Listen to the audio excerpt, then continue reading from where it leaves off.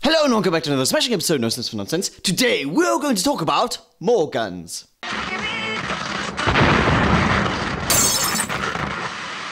Now, if you have not seen my video on gun control, you can watch it right here. When you finish with it, come back here. Now, Bocky Smith is a godlike YouTuber who asked me to talk about the story where a 5-year-old shot a 2-year-old with a gun designed for kids. Before I start, I must say that I'm an open-minded person and I believe that marijuana should be legalized. I believe that the drinking age should be no higher than 18 years old, and I believe that religion can be practiced as long as it does not bring harm to anyone. But I am tired of hearing about shootings here and shootings there. I'm tired of switching on the TV and seeing another mass shooting, switching on the radio and hearing about another accidental shooting. And this one tops them all, because here we have a company, Keystone Sporting Arms, who have produced over 60,000 rifles in the year of 2008 alone, which were designed for kids. The slogan was,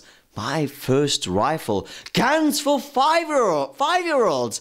And this is their argument. We aim to install gun safety in the minds of youth shooters and encourage them to gain knowledge and respect that hunting and shooting activities require and deserve." Yes, teaching a 5-year-old how to be seriously responsible with a gun. That makes no logical sense whatsoever. I'm not going to say when a cop stops me, "Hey, I'm just teaching my 5-year-old child who you see behind the wheel road safety and encourage him to drive safely on the road because that's what road driving deserves and that's what I'm trying to encourage." That would be the most bullshit argument ever. And I can already hear the bullshit arguments coming my way with things like, "Don't blame the gun, blame the shooter." Yes, I'm going to blame a 5-year-old. I'm going to blame the parents for putting a gun in the hands of a 5-year-old. I'm going to blame the dumbass company and their moronic managers for not even thinking about the consequences when mass producing guns designed for children. It was an accident waiting to happen. And I'm going to blame the gun culture, because the gun culture has influenced the first two parties. And since they were part of this overtopped gun culture, they did not think about the consequences. Every time I talk to a gun lover, they always say to me, "We need guns for protection."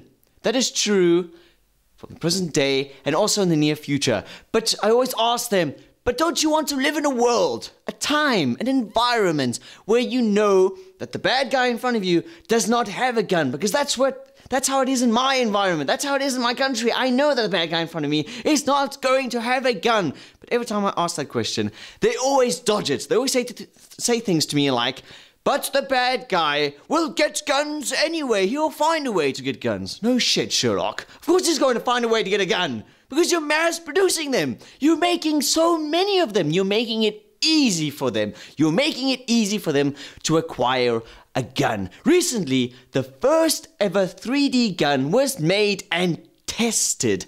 Hooray! A new way to make guns. Listen to this. There's states all over the world outside the United States that believe, or that say, we're a gun control state, you can't own a firearm. That's not true anymore. I'm seeing a world where technology says that, yeah, you'll pretty much be able to have whatever you want. Aren't you worried about the kinds of people who'll be using this technology? I recognize that the tool might be used, yeah, to harm other people. It's what it is, it's a gun. But again, I don't think that's a reason to not do it or a reason to not put it out there. I think that liberty in the end is a better interest. Liberty is a better interest than people being harmed. Another argument that makes no sense whatsoever. Now, one of the things I hate the most when talking to a gun lover is that they always throw this argument at me. The Second Amendment! If it says that in the Second Amendment, you can't say anything. As if that is supposed to mean something to me. The Second Amendment was written over 200 years ago. We are now in 2013. It was written in 1791. Have you noticed that times have changed? Maybe hunting today is the only real excuse for me when it comes to guns. Hunting for survival only. Hunting for survival, you need to feed your kids, fine. hunt for survival. I can understand that. That's the only time when you can need a gun. For the rest, I'm not for it. When it comes to protection, fine.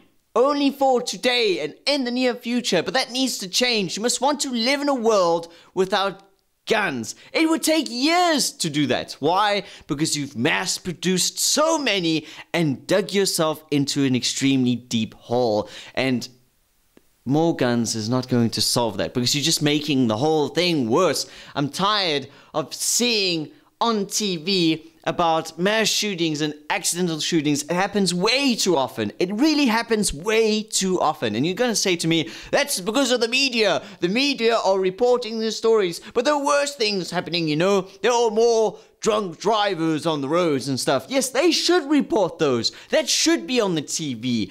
But that does not excuse the fact that gun accidents should also be high up on there.